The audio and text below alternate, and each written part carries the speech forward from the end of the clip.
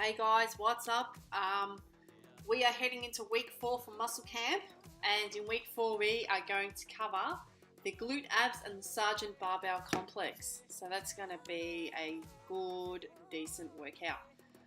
So in this week's video, I'm going to talk about lactic acid. So most of us have discovered the infamous wall during training. So that's when your muscles feel like they've reached their limit. For example, if we're cycling, our legs refuse to push any further, and if we're lifting, we have to drop our weight because our muscles have practically given out. So, and while we might think it's impossible to break through the wall, it turns out it's actually movable. So that's because the wall is created by the buildup of lactic acid in the muscles, which basically grinds our training to a halt, at least for the day anyway. So it's also partly responsible for the soreness we experience after the intense exercise. Luckily, we can reduce the buildup. So what exactly is lactic acid? So before I cover how to reduce lactic acid, it's going to help you to understand what exactly it is and how it works. So when we work out, our heart rate and breathing rate increases as our body works to maintain its oxygen levels. During cardio workouts, the body adapts to this aerobic environment pretty efficiently. However, when we begin to perform intense resistance training, our body becomes unable to meet our muscles' energy requirements fast enough. So at this point, the body produces lactic acid as an alternative energy source. So this is typically felt as the burning sensation in the muscles, as well as muscle soreness felt 48 to 72 hours after heavy lifting. So while this may spur many to try and stop lactic acid production altogether, it's important to know that some lactic acid is also beneficial. For instance, your body doesn't only produce lactic acid as an alternative energy source during workouts, it also helps prevent muscle injuries that could come from overworking. So it works as like a warning for you to slow down, which is a good thing. Too much lactic acid production can also inhibit us from training at the high intensity levels we need to get fitter. So it might sound like a catch-22 situation. And while we can't totally eliminate excess lactic acid during workouts, there are things we can do to improve our lactic acid threshold. So mainly we can train our bodies to tolerate progressively higher intensities before producing lactic acid. How to reduce lactic acid. So the number one thing here would be to warm up. So warming up before a workout gets blood flowing to the muscles and ligaments that might get stiff. So when it comes to lactic acid, more flexibility and blood flow to the muscles means more oxygen is being delivered, resulting in less need for lactic acid. Remembering lactic acid production kicks in when not enough oxygen is available. However, the type of warm-up we do is important. So some of you are still holding stretches for warm-ups, and new studies have found that this can actually worsen performance.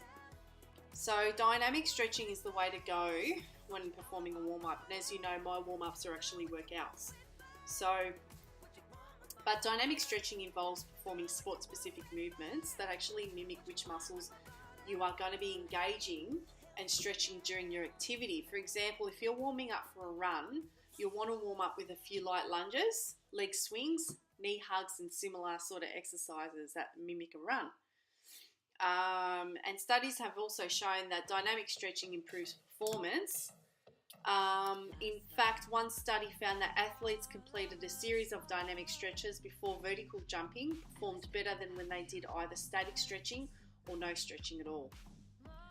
Number 2, so progressively increase exercise intensity. So remember how we spoke about lactic acid threshold just before? It turns out that when it comes to how to reduce lactic acid, one of the best ways is to train our body to become more efficient at working at higher intensities and buffering its production. So, of course, this type of training will come with a price in the form of soreness in the beginning. But if you consistently and progressively increase your workout intensity, you will notice you'll be able to work out at higher intensities for longer before your muscles are exhausted. So I remember back in the days when I used to train, and I went from just sort of lifting weights at more of a moderate pace to then going into boxing where everything was high intensity, it took some months to really get conditioned and used to that, to having to learn to breathe properly, to basically conditioning my shoulders because I felt like they were just going to blow up and burn, and it was just, it really took a long time to push through. So, for example, some of you come to PT sessions and sometimes you work at a moderate pace at best, even though I push you. And then when you work out on your own, you might even be even more casual about it. So if I continue to push you at that high level and you get used to that, then you'll notice the body actually adapts to that and your lactic acid will start to reduce. So I find it really hard to feel lactic acid during workouts anymore.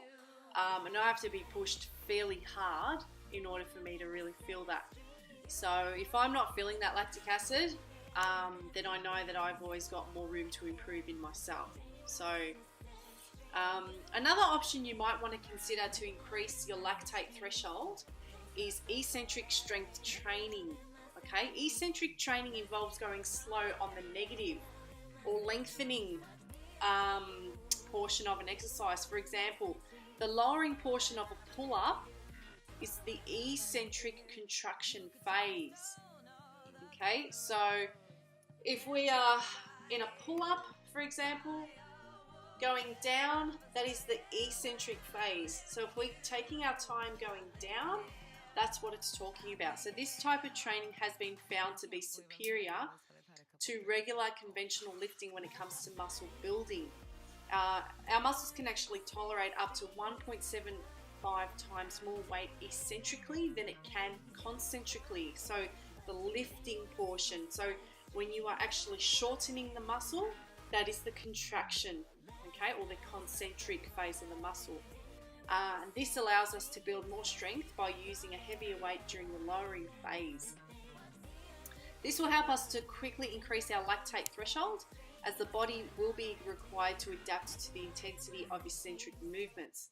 So scientists call this rapid training effect, as it makes muscles more resistant to damage in future workouts. In other words, it increases the lactic acid threshold. Number 3, nutrition. Nutrition is really important in aiding lactic acid buildup as well. So it also makes sense that good pre-post workout nutrition helps reducing lactic acid both during and after your workouts. Specifically, I want you to focus on consuming carbohydrates from all natural whole food sources 20 to 30 minutes before your workout. Okay, this can be in the form of quinoa, an apple with some natural almond butter, a banana, or even coconut water. This gives our muscles a pre-workout glucose boost that they can use as energy during our workout, which may equal less reliance on lactic acid accumulation. So eating protein with carbs after your workout may also help to reduce the soreness associated with lactic acid. So those post-workout DOMS, okay, delayed onset muscle soreness, which can last up to 72 hours after your workout. All right, you can aim to have a small snack of quinoa with chicken, dried fruit and beef jerky, or nuts with a few slices of avocado following your workouts.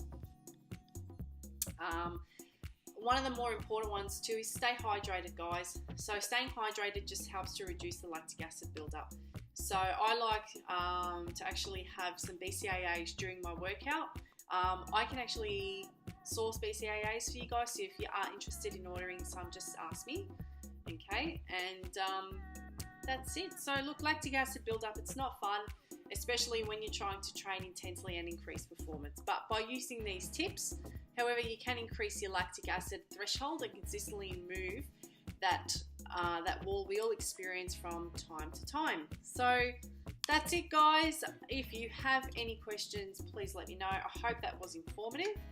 And I'll see you all this week for week 4 of Muscle Camp. Okay, take care. Talk to you soon. Bye.